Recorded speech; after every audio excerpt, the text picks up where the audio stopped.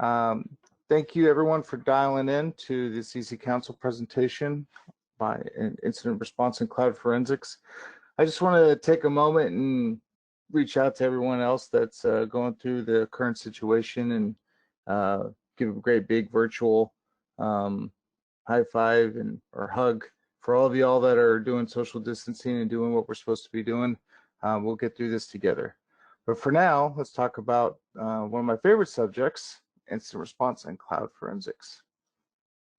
So we'll go through the state of incident response, basically some of the attacks that we're seeing in the wild today, and some of the different safeguards you can do to prevent these different types of attacks. We'll also go through how incident response enables businesses and the migration to cloud computing that we're seeing even more fast track today, and some of the challenges that cybersecurity folks are dealing with in those cloud environments. I also want to go through some of the benefits of focusing on incident response in those cloud environments and prioritizing incident response, and of course, automation, something near and dear to my heart.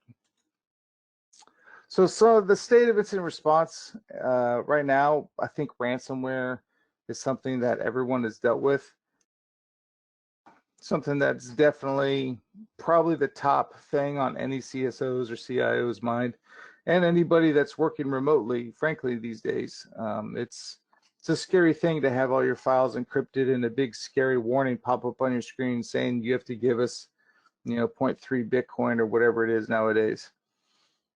This has just pretty much doubled every year, almost, as far as infections and different types of attacks through ransomware as a service. Basically, there's a whole infrastructure and business that's all focused around ransomware. There's a huge rise in 2013, end of 2013 for ransomware. We started seeing delivery through basically traditional, what could be called APT or advanced threat techniques.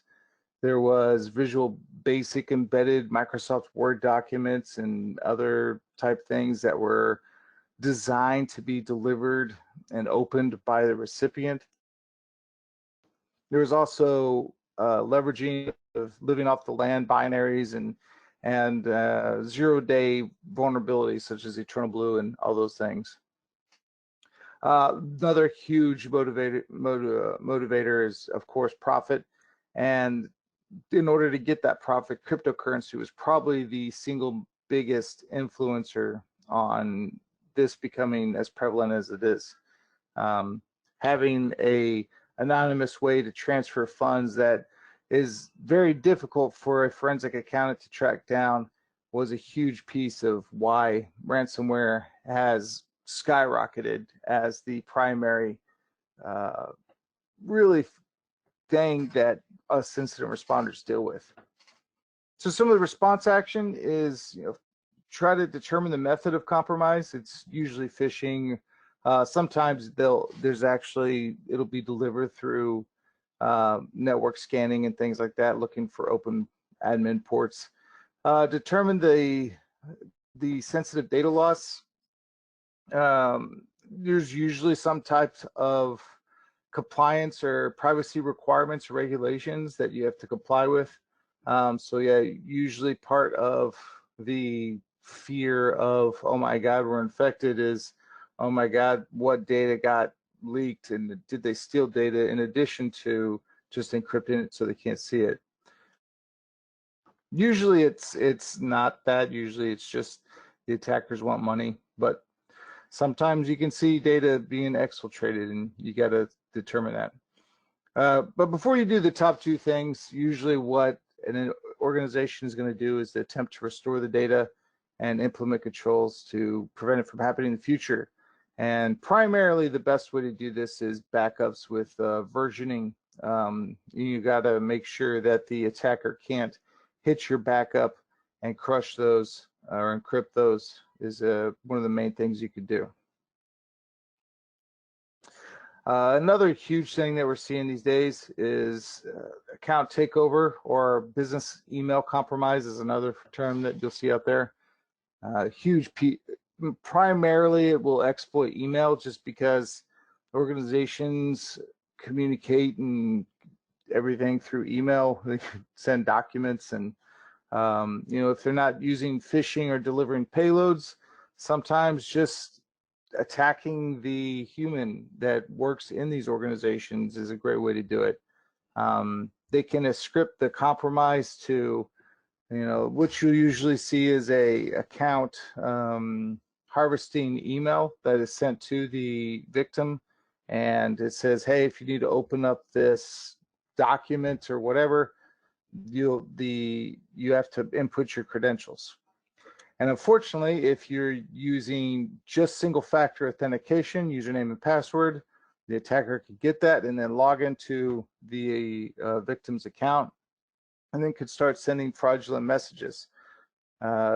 Primarily, they're focused on trying to get VIPs or someone with some clout in an organization that can authorize an ACH or wire transfer payment. These are usually large wire transfers that organizations have to do to just move at the speed of business. Those fraudulent emails are usually sent to an accounting person that says, hey, transfer X amount of dollars to this bank account, which is controlled by the attacker. Attacker gets it, migrates the money around the world, and it's almost impossible to get back. If the VIP is not compromised, the attacker will usually spread to victims' contacts, and that's why you'll see these messages from people that you trust that get through email filters, is because they're from actual compromised email accounts. Some of the response actions you can do is, of course, change the passwords, attempt to recover any funds that were lost, determine if any sensitive data was exfiltrated, and I'll talk to a tool that you could use to parse some of the Office 365 aspects. And of course, implement two-factor authentication. If you get anything out of this presentation, you should probably do that. It's 99.9% of these attacks are through single-factor authenticated usernames in passwords for emails. Very important. I'd probably add on top of that too, if a attacker, if you get an email from someone you trust and it's valid and it's an actual credential harvesting attack, it's probably good to call the recipient, let them know. And then the third category, I kind of call this my catch-all category. There's breaches and advanced actors. We still see a little bit of this. Frankly, the other two methods are a lot more lucrative, so we see a lot more of those attacks, and they affect businesses directly. Advanced persistent threat actors and the large PII breach attacks were something that's been going on since cybersecurity really started increasing in the early or mid 2000s with Heartland and those types of breaches. But now we're seeing a little bit more just scanning and looking for vulnerabilities, RDP or SSH that is available on the network, and the attackers will get onto those servers, and sometimes they'll pull the PII off and do a large-scale breach. But mostly what we're seeing is a lot of these attackers like to remain quiet, keep building up their own bot network. They'll maybe throw a crypto miner agent on the system to possibly do some, bring a little bit of funds in. Sometimes, it's through spear phishing, and there's interactive operations pulling off very sensitive, very sensitive data out of the network. But you don't see or hear about that as much, and it's usually still targeting, your large scale DoD and organizations like that. So the response action for this would be to contain the attack. Of course, try to get a hold of what's going on. If it's just a server in your cloud environment that's possibly been compromised, you can walk through some of the methods for containing and respond to that. Of course, determine the method of loss of data and implement your large-scale breach responses if you have that. And of course, implement any safeguards to prevent this from happening in the future. Patching and closing admin ports. So I'll take a step back and talk through something that I've wrote an article a couple years ago on this. But so if your organization experiences an attack in the last, for any of these last three different types of categories, I'd put it, incident response will definitely prove its value. Just an ounce of preparation is huge. We can see that now in a lot of things. There's also, when you are focused on incident response, you're focused on the actual attackers and what is actually happening. You can very much steer the spend for your cybersecurity program onto actual attacks. And I really feel that the blank checks that are written to cybersecurity programs are starting to dry up. And when you can actually say, this is being attacked, and this is a risk and a vulnerability that our organization has, it helps you to actually give you that threat piece of the risk calculation. Instead of just saying, hey, this is a vulnerability, we need to fix this. When you can say this is a vulnerability and this is the actual threat, it really helps you focus those dollars. But something I really feel, and I wrote it in my blog about a year ago, is incident response enables innovation. A lot of the onerous draconian controls that cybersecurity people will put in place really stifle a lot of folks from from agility, from it increases a more significant rigid focus in the organization. There's not the ability to cross-pollinate and for information to flow properly. When you implement those heavy controls, you really don't foster the innovative spirit in an organization. And it's very important for those organizations to have that. So when you focus on incident response, you can save your cybersecurity resources to focus on true issues, and you can respond to issues instead of rapidly with automation, as opposed to just trying to move everything left of boom. Sometimes just making boom as small as possible is a much better spend. As I migrate into this, COVID-19 is a perfect example. We can prevent a ton, but not having the proper resources in incident response has shown to be a huge problem, in improper messaging and all sorts of things that are happening these days, really making things more difficult than it needs to be. But something where we've seen a huge migration is to the cloud. The scale up until maybe a year or two ago, it was still probably more cost effective to have your own data center with all your own server on software, depending on your size. If it got too big, okay, maybe not. Smaller applications, maybe not. But it has really moved to where huge application profiles and application stacks can be migrated to the cloud. And it's just too flexible and cost effective to be able to use a lot of the resources and different capabilities that the cloud has to offer. It's very available, very scalable. You can secure it, and you can manage costs very well if you know what you're doing. It's also distributed, which is very pertinent in these current days. So of course, it's a new technology. We're going to have challenges from a cybersecurity perspective. There's a single administrator that has access to the entire application stack, which Of course, you can fix with proper architecture and tons of processes and procedures and all that other stuff. But when you do that, you're going to stifle a whole bunch of innovation and learning of the process. Of course, developers may not know networking systems, and networking systems engineers may not know the application stack as well as the developers do, and all sorts of different jobs in between. Segmenting and locking down different resources very much limits builders and developers. We're removing the benefit of actually migrating to the cloud. There's limitless resources, and of course, with that comes limitless cost. You can spin up as you use it, and you will just get charged more and more and more. It can get pretty pricey. It's also different than traditional information technology. It's a whole different skill set. So you have to train that.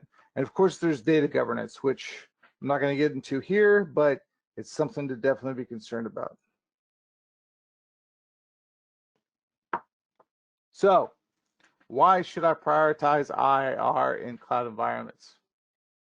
There's architecture, there's processes, there's all those other things that are really important that you should do, but I argue that incident response is probably primary because honor controls prevent the staff from learning any cloud environments. So it's a whole new, like I said, a whole new IT. It's not traditional IT, it's a whole new skill set. So you have to ensure that your current people are able to learn a lot of the new skill set. Yes, you could hire all new people, but that's going to be extremely expensive and difficult, and it's not going to go well. Just trust me on this one. Staff are going to make mistakes. They're going to be using these new technologies. They're not going to know what they're doing. They're going to make mistakes. You have to focus on incident response. The attack surface of the cloud is massive. It's designed to be that way because it's very distributed. But the response for incident response can be automated, so you can really do this quickly. All cloud environments provide programmatic access. Some are better than others. I won't go into those, but all of them should provide some type of either API, software development kit, CLI, or something that you can change. You can do infrastructure as code.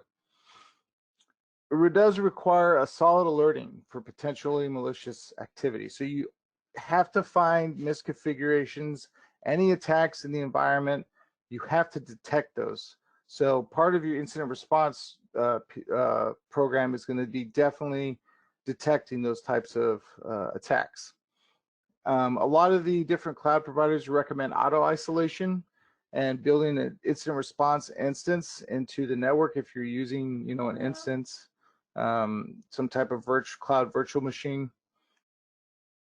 You can pull the memory if it's or snapshot the instance to capture the memory. If it's an instance, I know there's containers and there's a lot of serverless activities that operations that can happen. But you're going to see if you're migrating from IT to cloud, you're probably going to be using cloud virtual machines.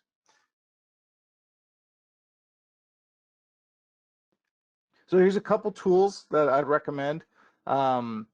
AWS again recommends isolating the incident for the Amazon Web Services.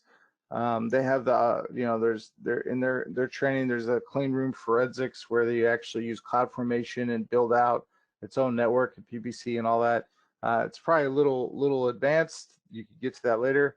AWS _IR is very solid. It's a great tool set for capturing either S3 information or EC2 different issues. Really solid. Even key compromise, I've used it quite a bit. It's a great tool. As far as Azure, which is probably the other thing that I know quite a bit about, is workflow automation is kind of like the CloudFormation stack for AWS. You can actually do the isolation and imaging and responding to alerts that you get from a security center type of alert. Really, I actually really like their security center interface. It's really great for doing analysis.